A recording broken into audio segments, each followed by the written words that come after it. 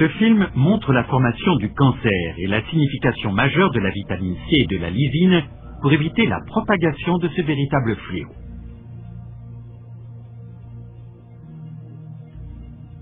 Voici une cellule ouverte pour une meilleure compréhension et fortement agrandie sous un microscope.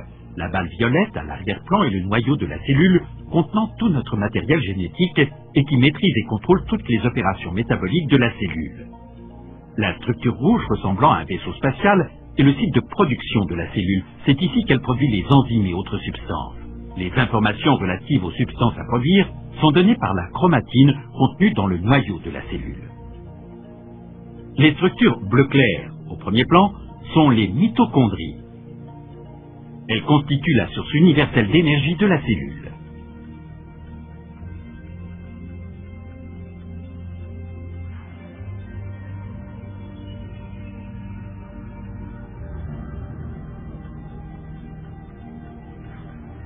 Les structures plus foncées représentent les molécules de collagène qui produisent des fibres entre les cellules du tissu conjonctif du corps humain.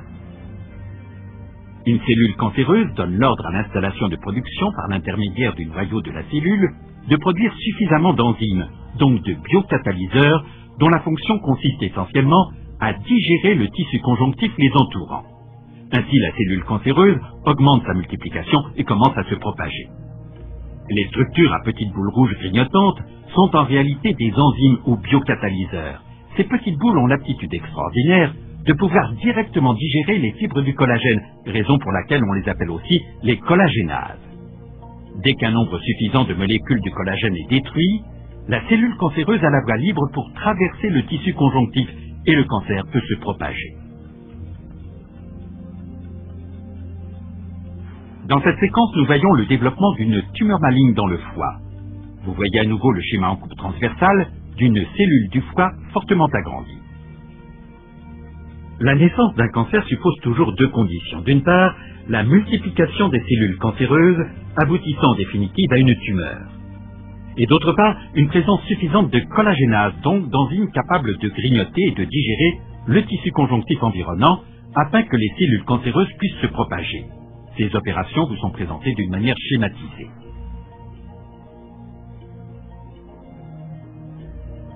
Les enzymes grignoteuses rouges multiplient les molécules du collagène et détruisent ainsi le tissu conjonctif.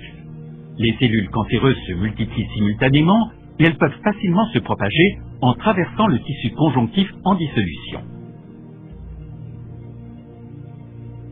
Le cancer est né.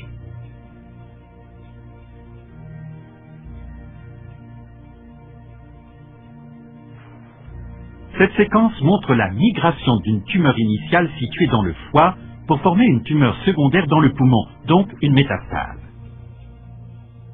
Nous voyons tout d'abord la cellule cancéreuse en coupe transversale dans le foie.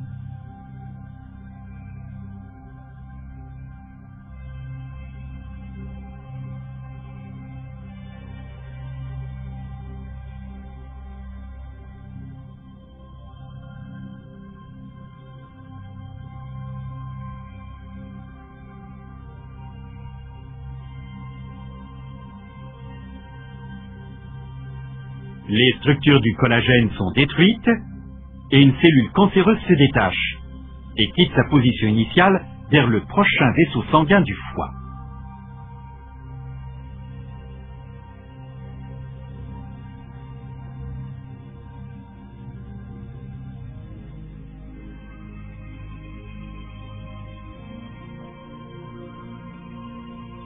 Dès qu'elle atteint ce vaisseau, la cellule cancéreuse se sert des mêmes collagénases, donc des enzymes grignotantes, pour s'introduire dans les petits vaisseaux sanguins du foie.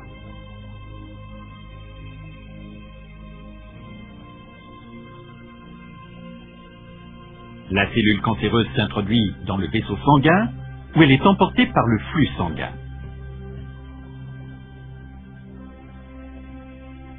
Le flux sanguin est ramifié dans les poumons. L'adhérence de la cellule cancéreuse aux petits capillaires dans les poumons est favorisée. En se servant des collagénases, donc de leurs outils de coupe biologique, les cellules cancéreuses attaquent la paroi des vaisseaux sanguins des poumons, de l'intérieur vers l'extérieur.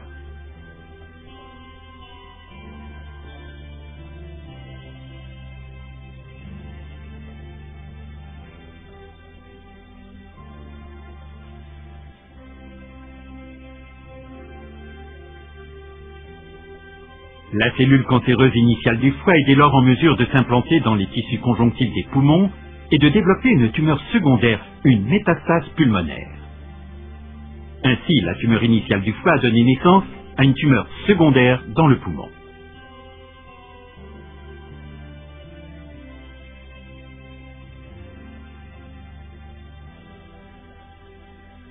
La séquence suivante présente les progrès de la médecine cellulaire dans le domaine de l'endiguement du cancer.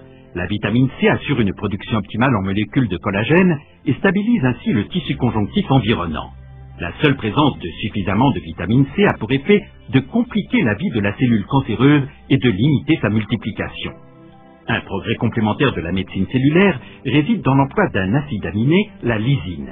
Toute administration en dose élevée de ce produit naturel est en mesure de neutraliser les collagénases, donc les enzymes grignotantes.